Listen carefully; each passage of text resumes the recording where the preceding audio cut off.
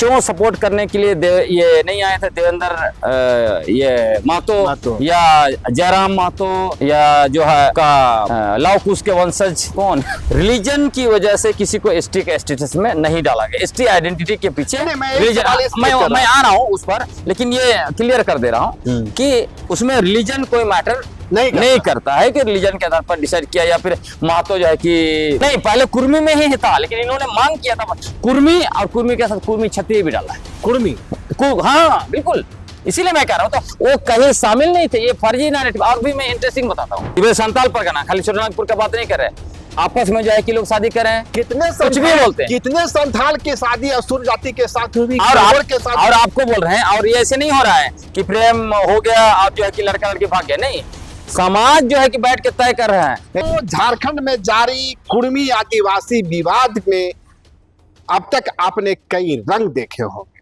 और कई सवालात आपके सामने आए होंगे। कुछ सवाल कुर्मी समुदाय की ओर से आया तो कुछ सवाल आदिवासी समुदाय की ओर से, और सवालों की इस झड़ी में गालियों की भी बौछार हुई। लेकिन कुछ मूलभूत मुद्दे हैं जिसकी मैं अक्सर चर्चा करता हूं, और पिछली बार मैंने सक्सेशन एक्ट की चर्चा की थी। इस तरह कई अनसुलझे सवाल हैं और निश्चित रूप से उन सवालों के लिए ग्लेडसन एक बेहतर विकल्प है।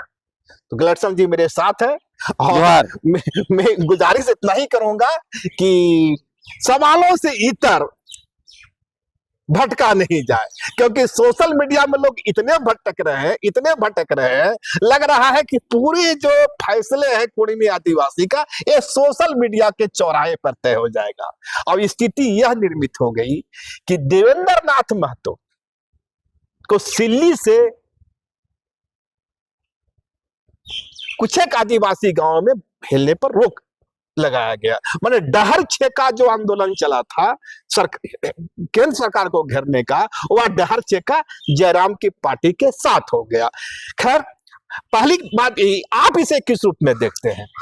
देखिए, जो जैसे बोता है वैसे ही फसल काटता है। आप अगर नफरत बोएंगे तो नफरत की फसल काटेंगे, आप अगर धान बोएंगे तो धान की फसल, आप गेहूं बोएंगे और सोचेंगे कि हमको जो है कि कुछ और मिल जाए। किसी भी कुर्मी गांव में किसी भी आदिवासी को रोका तो नहीं गया। देखिए, बात तो वैसे नहीं है, बात यह है कि चूंकि कोई आदिवासी पॉलिटिकल पार्टी ने तो ये सवाल नहीं उठाया इधर से, उधर आप जाएंगे तो दो बड़ी पॉलिटिकल पार्टियां, मतलब कुर्मियों के संदर्भ में आजसू पार्टी और जेलकम, इस बार का अगर डहर छेका या रेलटे का ये वाला मूवमेंट आप देखिएगा तो ये पूर्ण रूप से या आजसू पार्टी और जेलकम संचालित थी। इसलिए मैं कह रहा हूं कि यदि यह समाज का आंदोलन होता, समाज का आंदोलन था, तो फिर इनके सामाजिक अगुआ सबसे बड़े वो कौन थे? शीतल ओहदार, दीपक पूर्णिया, अजीत ये महतो, लेकिन उसमें भी सबसे ज्यादा फोर फ्रंट पे कौन थे? शीतल ओहदार। पेशा कानून का जब आंदोलन हम लोगों ने किया नियमावली लगाने, नहीं मैं बता रहा हूँ, नियमावली लागू करने के लिए, तो उसमें फोर फ्रंट पे कौन था? पेशा कानून को काला कानून बताने वाला शीतल ओहदार। वहां पे क्यों सपोर्ट करने के लिए ये नहीं आए थे देवेंद्र ये महतो या जयराम महतो या जो है आपका लव कुश के वंशज कौन आजसू पार्टी वाले, अच्छा सुदेश महतो। तो यहाँ और वहां सडनली कैसे, और वहां दिखे सिर्फ नहीं, एक होता है कि सपोर्ट करना और दूसरा होता है लीड करना। आप जो है कि आगे हैं, मैं आपको साथ में कहीं दिख रहा हूं, नहीं भी दिख रहा हूं, लेकिन भीड़ में हूं, यह होता है सपोर्ट करना, या आपके साथ खड़ा हूं, ये सपोर्ट करना। दूसरा, मैं लीड कर रहा हूं, आप पीछे हैं। क्या दिखा आपको रेल टेका डहर छेका में? यहाँ तो आजसू और जेलकेम नेता ही लीड में दिखे, आम जनता और सामाजिक अगुआ तो पीछे दिखे। और इतने ही नहीं, इनके जितने भी, चाहे वो आप आजसू पार्टी के देखिए, हर जगह विधानसभा वाइज उन मुद्दों पर मैं अपने आऊंगा। नेता और कार्यकर्ताओं को लगाया, जेल कैंप विधानसभा वाइज अपने नेता और कार्यकर्ताओं को लगाया, तो आप भी बोलेंगे ये कि समाज का आंदोलन था? नहीं ठीक है, उस पर मैं आऊंगा। समाज जुड़ा इनके साथ, बहुत चीजें रिपीट हो रही है सोशल ठीक मीडिया है, में, रिपीट होना भी चाहिए। एक ही चीजों को बार बार, तो हमारे दर्शक कुछ नया चाहते हैं। शरद चंद्र राय एक लेखक है और अंग्रेजी शासनकाल में एक किताब लिखते हैं। किताब का नाम होता है कंट्री विदाउट टेम्पल।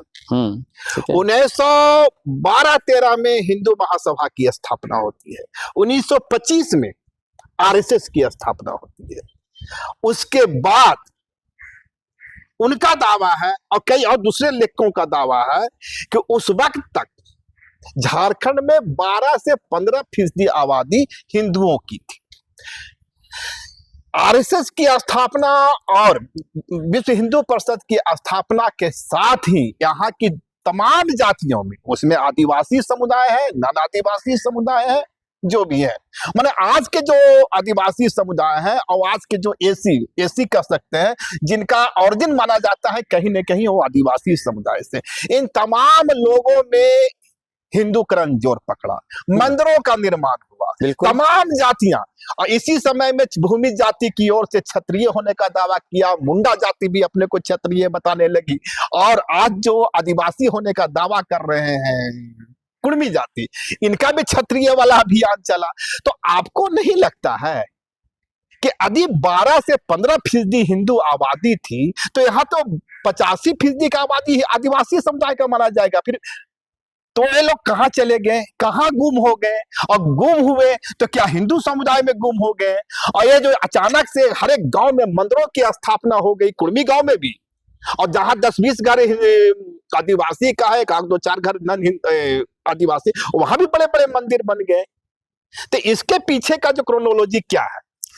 देखिए, इसको कुछ अलग ढंग से इसको ये समझना पड़ेगा। जो एक तो आपने कहा कि उस दरमियान सभी आदिवासी जो कि हिंदू बनने की लाइन में जो खुद को खड़े किए, सब खड़े किए हुए, वो सच्चाई है। उसमें आपको भूमिज ने भी खड़ा किया खुद को, मुंडा ने भी खड़ा किया, इधर अब चेरो ने भी खड़ा किया, इधर खेरवा ने भी खड़ा किया, छूट गया। और इसको आप देखिएगा, सेंसस उठा के देखिए, 1931 का जो सेंसस जो लेसी ने किया, उसका इंपीरियल टेबल देखिए, तो उसमें आपको स्पष्ट दिखाई देगा। क्या दिखाई देता है इसमें? आपको कुर्मी क्षत्रिय 100% हिंदू, इसमें जो है आपको खेरवार 100% हिंदू, आपको ये चेरो 100% हिंदू, लेकिन इधर मुंडा हो, संताल, खड़िया, इसमें क्या दिखता है? इसमें 3 पिक्चर दिखता है। कुछ आदिवासी हिंदू हुए, तीनों चारों में, पांचों में, कुछ ईसाई में गए, और मेजोरिटी हिंदू में नहीं, मेजो उसमें बरकरार है, एनिमिज्म। अच्छा, हाँ, उस समय ट्राइबल रिलीजन कहा गया है ना। तो ये तीनों हो में भी आपको वही पिक्चर दिखाई दे रहा है।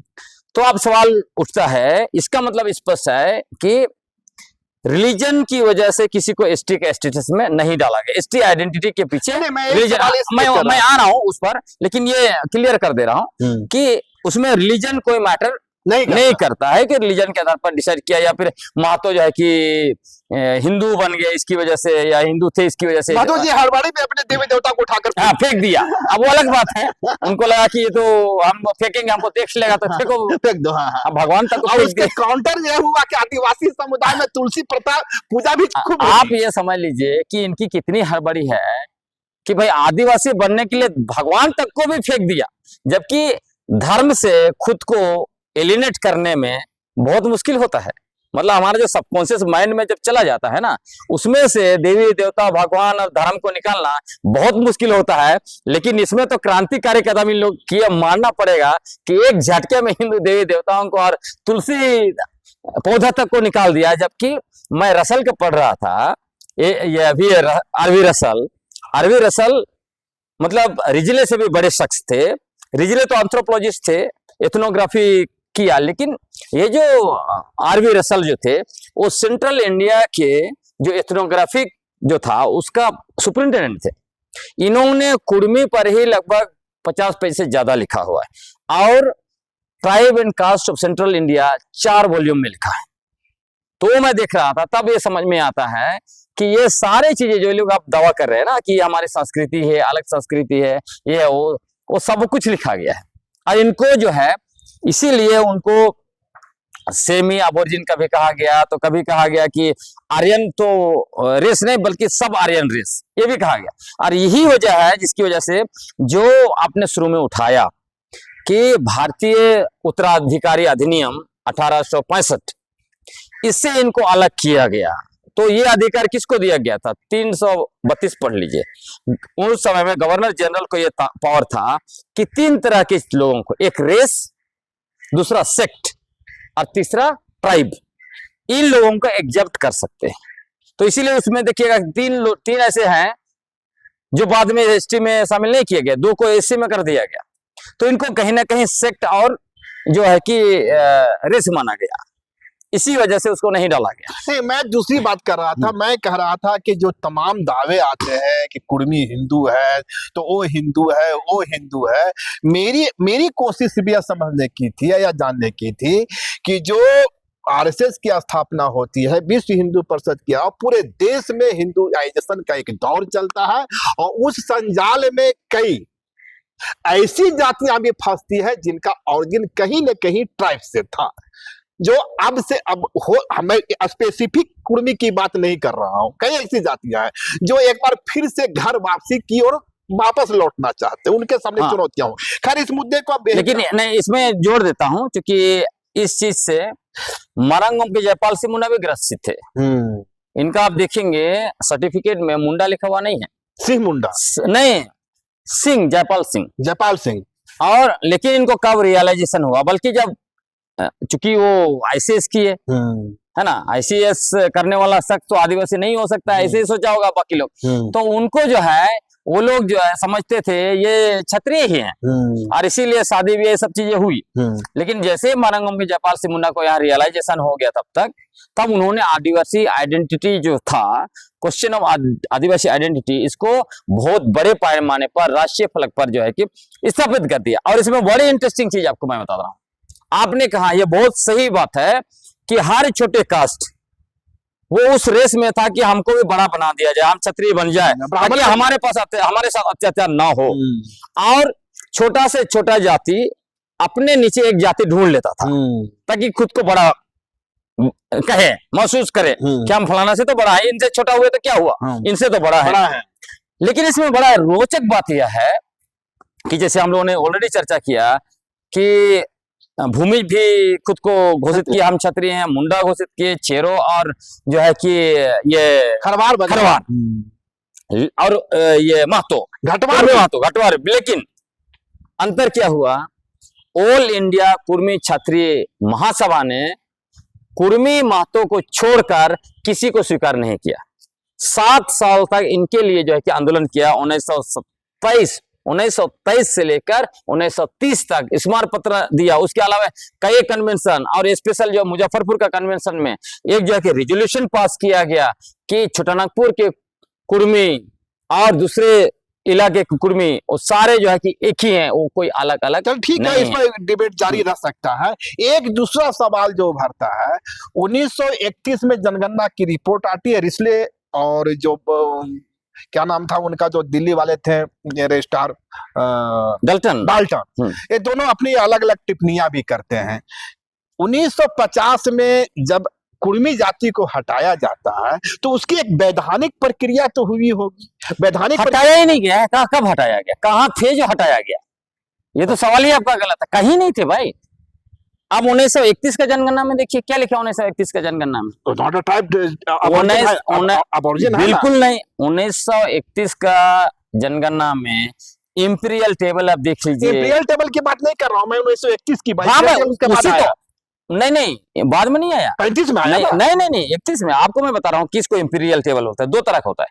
एक डिस्क्रिप्टिव सेंसस होता है जिसमें आप लिखते हैं सारे समुदाय जातियों के बारे में, आप विस्तार से वहां लिखते हैं, वो डिस्क्रिप्टिव होता है। दूसरा इंपीरियल टेबल, एक्चुअल टेबल होता है जिसमें आप उनका जाति या ट्राइब का नाम और उनका जनसंख्या क्या है, फिर उसमें आप उनकी शिक्षा से लेके धर्म, हर चीज के बारे में आप टेबल का टेबल बनाते हैं, दैट वो कहा जाता है इंपीरियल टेबल। तो 1931 का इंपीरियल टेबल है, उसी में देखिए क्या है, उसमें रिलीजियस में जाएंगे तो कुर्मी के बारे में हिंदू ही लिखा है 100%, और बाकी आदिवासियों के बारे में देखिए, मैंने कहा 3 कई जगह पे ये खासकर यहाँ के जो 5 मूल जो है उनका कुछ लोग अधिक तो हिंदू मेजर हुए हैं, क्रिश्चियन थोड़ा हुए हैं, बहुत हिस्सा सरना में बचे हैं, ये हर जगह लिखा है।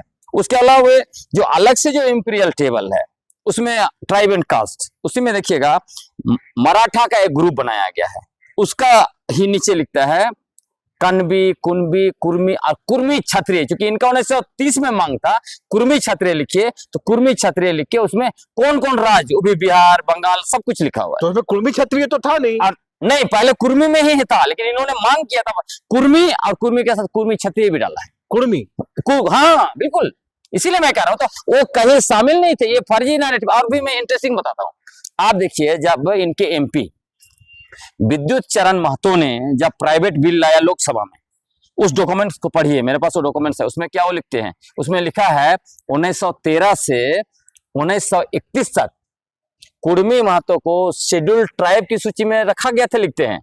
आप बताइए ये जो शेड्यूल्ड ट्राइब शब्द कब आया, 1913 में या 1931 तक था नहीं भाई। आप हाँ ये डॉक्टर भीमराव अम्बेडकर लेके आए संशोधन संख्या 491 के द्वारा, क्लियर है। हाँ। एक चीज बताइए, जब झारखंड का गठन से पहले 1989 शायद एक कमेटी का गठन होता है, उस कमेटी लाली कमीशन कहा जाता है। लाली कमीशन के बारे में दावा किया जाता है कि उसने झारखंड एरिया क्षेत्रीय विकास परिषद की अनुशंसा कर इस आधार पर किया कि यहाँ मोर देन 50% आदिवासी हैं। जब आदिवासियों की जनसंख्या ही 24, 25 या 30 या 32% थी, तो मोर देन 52% का लिखने का रेफरेंस क्या रहा हो? देखिए चूंकि ये तो आप झारखंड तो बना नहीं था भाई, है ना, तो झारखंड क्षेत्रीय विकास परिषद तो बना, हाँ जो भी है, लेकिन सब क्या आंकड़ा थे। हाँ। और इसमें आप एक बात मैं आपको ये कहता हूँ, और उसी आधार पर बाद में झारखंड के मैं आपको बता रहा हूँ, ये जो ये लोग आजकल एक नैरेटिव चला रहे हैं कि झारखंड को ट्राइबल स्टेट इसीलिए कहा क्योंकि कुर्मी लोग का उसमें भागीदारी है, और ये भी लोग कहते हैं कि कुर्मी महतो 24% है। कब इन लोगों ने सेंसस कर लिया 24%? कुर्मी महतो का सेंसस कौन सा तो दिखा नहीं, बोल रहे हैं डंके के चोट पर जो है कि आजसू के नेता या फिर जेएलकेएम के नेता या फिर जो शैलेंद्र महतो जी डंके के चोट पर सबसे पहले उन्होंने कहा कि 24% कुर्मी महतो है। तो भाई कब आपने सेंसस किया? और उसके बाद दूसरी बात, ये लोग महतो, क्या कुर्मी महतो सिर्फ है? कुर्मी महतो एक है, कुशवाहा महतो, तेली महतो और क्या क्या महतो होता है। मेरा सवाल दूसरा है कि नहीं, तो इसको क्लियर कमीशन कह रहा है कि मोर देन 50% आबादी है, तो उसका इशारा किसी और रहा हो, छोटा नागपुर हुआ होगा। और मैं ये भी आपको मैं बताता हूँ, ये लोग ये भी नैरेटिव जो मैंने कहा कि आदिवासी राज्य झारखंड को इसीलिए कहा गया क्योंकि यहाँ कुर्मी मिला के यहाँ पे 50% पॉपुलेशन हो गया, वो एकदम गलत है। आदिवासी स्टेट क्यों कहा गया? क्योंकि सबसे पहले झारखंड की मांग आदिवासियों ने किया। 30, 40 और 50 के दशक में मारांगों के जयपाल सिंह मुंडा के नेतृत्व में आदिवासियों ने इतना बड़ा आंदोलन किया। अगर उसी टाइम में झारखंड बन गया होता तो ये लोग तो पिक्चर में कहीं नहीं होते। आप सोचिए 1952 में माननीय विनोद बिहारी बाबू चुनाव लड़े, लेकिन उन्होंने झारखंड आंदोलन को सपोर्ट किया था क्या? मैं तो नहीं जानता हूं, कहीं लिखा नहीं। उनका बायोग्राफी में मैंने पढ़ा, कहीं नहीं लिखा गया है। तो आप सोचिए, तो ट्राइबल स्टेट इसीलिए कहा गया कि आदिवासियों की मांग थी कि हमको अलग राज्य दो, पर ये हमारा इलाका है, ये नहीं कि लोग आए सिर किया। झारखंड राज्य में सफलता तो तभी मिली ना भाई जब आपको महतो और मुस्लिम समुदाय आपके साथ खड़ा हुआ। ठीक है, वो अलग बात है, वो अलग है, तो नहीं अलग बात है। लेकिन झारखंड आंदोलन का पहला फेज, दूसरा फेज किसने लड़ाई लड़ी? तीसरा फेज में ये लोग शामिल हुए ना, सफलता। हाँ, वो अलग बात है, तो उसी रिजल्ट अलग बात है। लेकिन झारखंड आंदोलन का अगर कोई प्रणेता है तो मारांगोम के जयपाल सिंह मुंडा है। और झारखंड निर्माण जो किया उसको आप दिसुम गुरु शिबू सोरेन, और उसमें निश्चित तौर पर विनोद बिहारी महतो, गुरु जी के भी हाँ, गुरु जी उनको भी कह सकते हैं। अब गुरु जी का भी गुरु जी को उपाधि दी गई है उनको, किनको विनोद बाबू को दी गई होगी मुझे नहीं पता है अभी सर डिनाई क्यों कर रहे हैं? भाई। मैंने पढ़ाई नहीं तो कैसे करूं? मैंने अभी ये लोग ये पोस्टर जारी कर रहे हैं जहाँ पे भगवान पढ़ रहा हूँ, छोटा नागपुर का धरती पुत्र पढ़ रहा हूँ, नहीं तो मैंने तो अच्छा एक बात इन्हीं के बारे में, धरती आबा के बारे में सुना है, पढ़ा है सब जगह कि भगवान बिरसा मुंडा तो उनको कहा जाता है, छोटा नागपुर के धरती पुत्र उनको कहा जाता है। और भी एससी रॉय साहब का मुंडा इन देयर कंट्री पढ़िए, क्या लिखा है यहाँ पर। 12,000 मुंडाओं ने एक बार जो है कि सरकार को, ब्रिटिश हुकूमत को चिट्ठी लिखा। दूसरी बार 14,000 मुंडा, शुरू में 14,000, 12,000 फिर वो लोग क्या कहा, यदि छोटा नागपुर मुंडाओं का नहीं है तो किसी का भी नहीं है। उसी समय में धरती आबा बिरसा मुंडा तो बहुत बाद में है। तो आप समझ लीजिए यहाँ पे मुंडाओं का लड़ने का इतिहास रहा है छोटा नागपुर। और ये लोग आज आके बोलते हैं, दावा करते हैं कि हम राढ़ सभ्यता के हैं, हम फलाना के हैं, हम 65,000 साल पहले इसलिए यहाँ हम सबसे पहले बसे, हम जो है कि उराव को जमीन बसाया, मुंडा को बसाया, मतलब कुछ भी नैरेटिव। आप अगर अब आखिरी बात, जब राढ़ सभ्यता इनका था तो सवाल पूछे ना इनको, जब राढ़ सभ्यता पर जिन्होंने लिखा है सरकार साहब ने, वो कह रहे हैं कि 30 करोड़ साल पहले जो कि राढ़ सभ्यता था, वो कह रहे हैं कि जब यहाँ बसे लोग राढ़ सभ्यता में लोग, तब तक 10 लाख साल हो चुका था। तो ये जो 65,000 साल पहले आने वालों का वो राढ़ सभ्यता कैसे हो गया? ये पब्लिक प्लेटफॉर्म पे आ चुका है सारी। मेरा एक दूसरा सवाल है, आदि कुर्मी आदिवासी बनता है, आदि बनता है, तो जो एक तस्वीर बनाई जाती है कि आदिवासी समाज का आरक्षण खाने के लिए कुर्मी आ रहा है। अरे भाई, कुर्मी इसमें ऐड होगा तो आरक्षण का विस्तार भी तो होगा। अनुसूचित जनजाति का आरक्षण उतना ही होता है जितना उसका पॉपुलेशन होता है। देखिए तो फिर सच्चाई तो यही है, सच्चाई यही है, यदि ये लोग आरक्षण, और उसको आरक्षण सिर्फ ना बोले, राजनीतिक, आर्थिक और सामाजिक हितों को साधना इनको नहीं रहता तो ये लोग नहीं बनते। क्यों पहले विरोध किया? आप सोचिए। भाई नहीं, आप सुन लीजिए, कल्चरल क्राइसिस। नहीं आप ठीक है, अच्छा पढ़ता लिखता है तो उसको लगता है कि जिस झंडे को ढो रहा था अच्छा, उसका था ही नहीं। मतलब विनोद बिहारी बाबू से ज्यादा पढ़े लिखे ये लोग हैं आज के लोग। भाई उन्होंने तो मांग नहीं की। विनोद बाबू की उदारता थी, उनको लगा झारखंड नहीं बना है अभी। आप बताइए, आपको और सवाल मैं पूछ रहा हूँ। विनोद बिहारी बाबू इतने बड़े वकील थे, इतना सारा स्कूल कॉलेज सब बनाया, जितना उनका योगदान कुर्मी महतो समुदाय के लिए है और दूसरे लोगों के लिए भी, उतना किसी का कौन कुर्मी में है बताइए आप?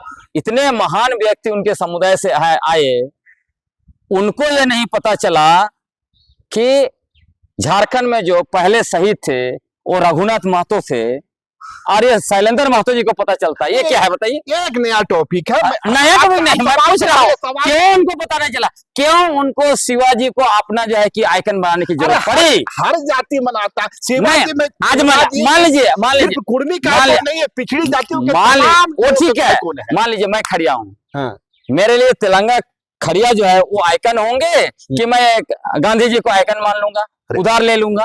गांधी जी यहाँ के हर हिंदुस्तानी तो ठीक है रहे, लेकिन भाई अपना समाज का आइकन के बारे में कुछ नहीं लिखा। पिछड़ी जातियों के एक बड़े आइकन। तो आप बता दीजिए उनका कौन सा लेखनी है, कौन सा भाषण है जिसमें उन्होंने ये जो रघुनाथ महतो के बारे में चर्चा किया है?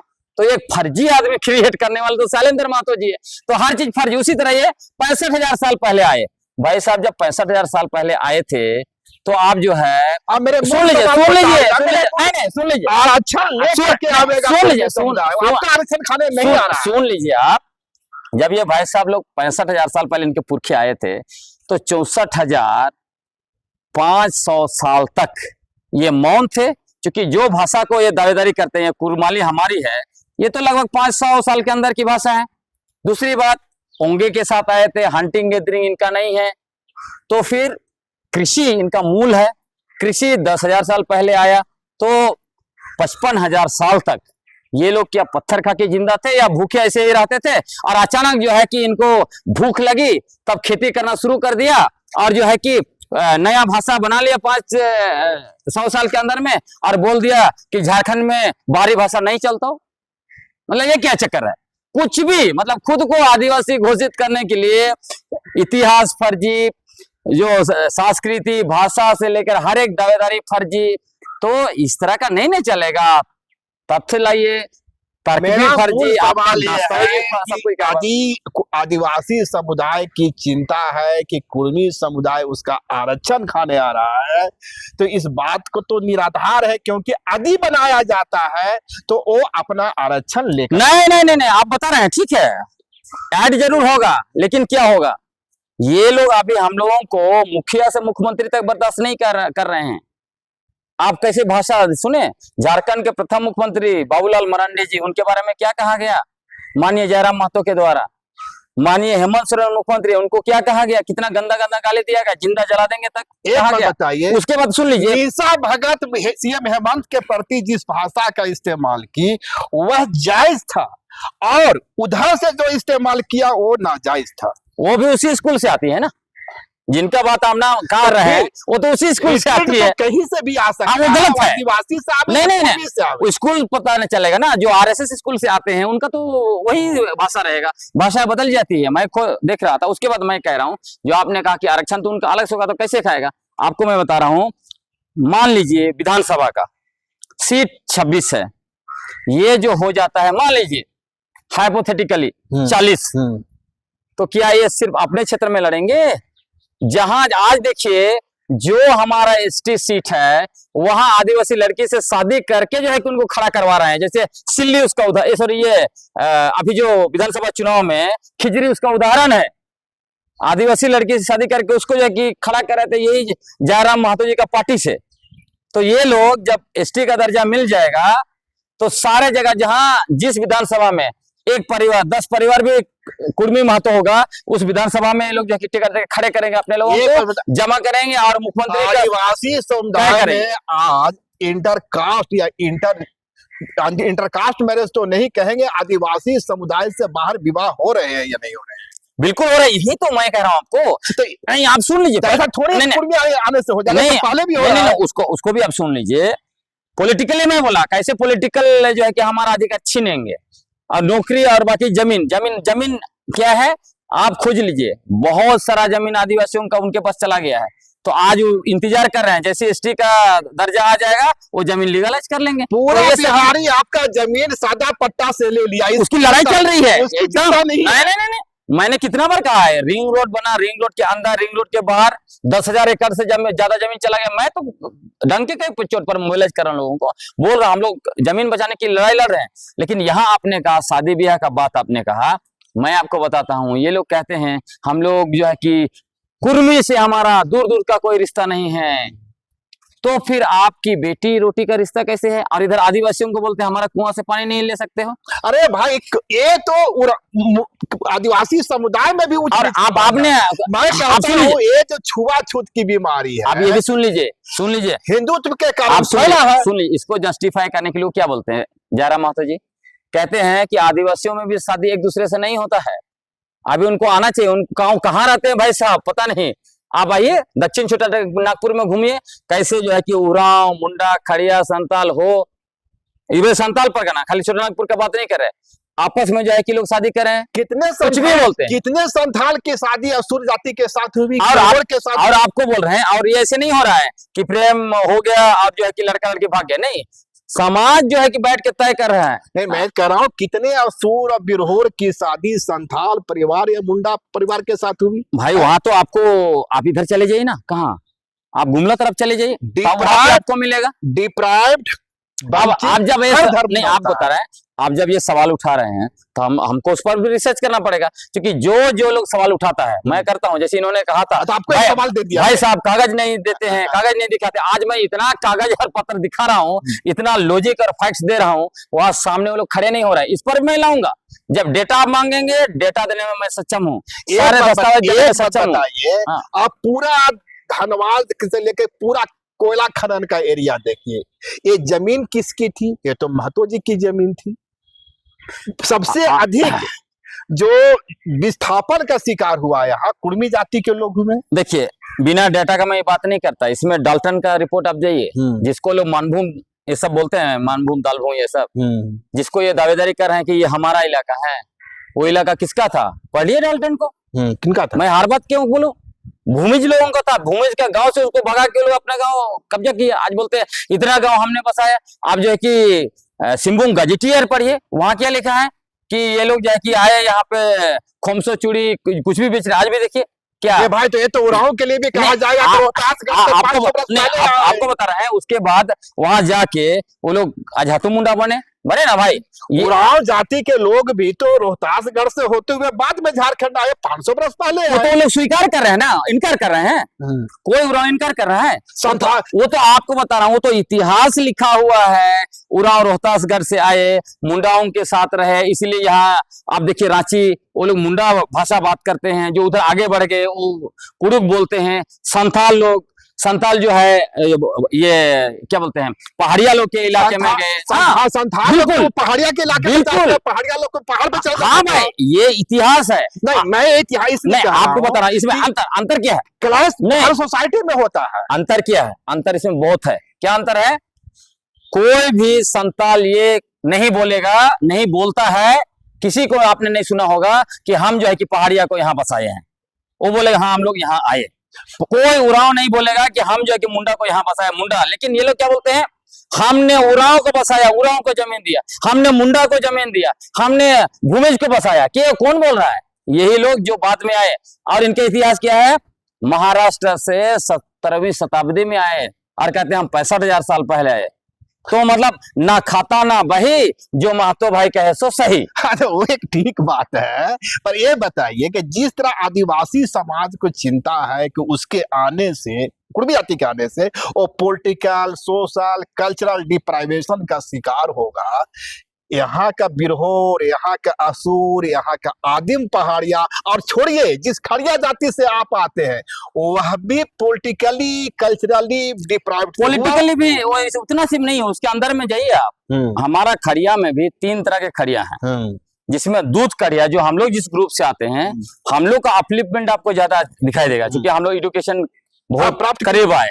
लेकिन उसी में आप साबर खड़िया या ढेलकी खड़िया के पास आप जाएंगे, उनकी स्थिति अभी भी उतनी अच्छी नहीं है जितनी आदिवासी समुदाय की ओर से, जो मेजर आदिवासी कम्युनिटीज यहाँ के हैं, जिनको जो सबसे ज्यादा ये जो आरक्षण की मलाई खा रहे हैं, उसमें मुंडा है, संथाल है, वो है, उरांव है, क्या इनकी ओर से कभी कोशिश की गई, एक मांग की गई कि असुरों के लिए, बिरहोरों के लिए, पहाड़िया के लिए कुछ पॉलिटिकली सीट को रिजर्व कर दिया, 10-5 सीट रिजर्व? बिल्कुल, हम लोग तो निरंतर उसके लिए बात मांग कर रहे हैं। हम लोग कह रहे हैं कि जितने भी हैं आप नंबर देखिए, वो वहां तक नहीं जा सकते हैं, तो उनको अगर विधानसभा में आप नहीं डाल रहे हैं तो आप उनको टीएसी में डालिए और जगह जाइए। और आने वाले समय में इस कैंपेन को हम लोग बढ़ाएंगे। और मेरा आप देखिए, आज मैं नहीं बोल रहा हूँ, मैंने लगातार बातें की है। और टीएसी में 2010 में ये लोग ये भी कहते हैं, आजकल नैरेटिव बना रहे हैं, डॉक्टर रामदयाल मुंडा, इतने बड़े बड़े विद्वान लोग सपोर्ट किया।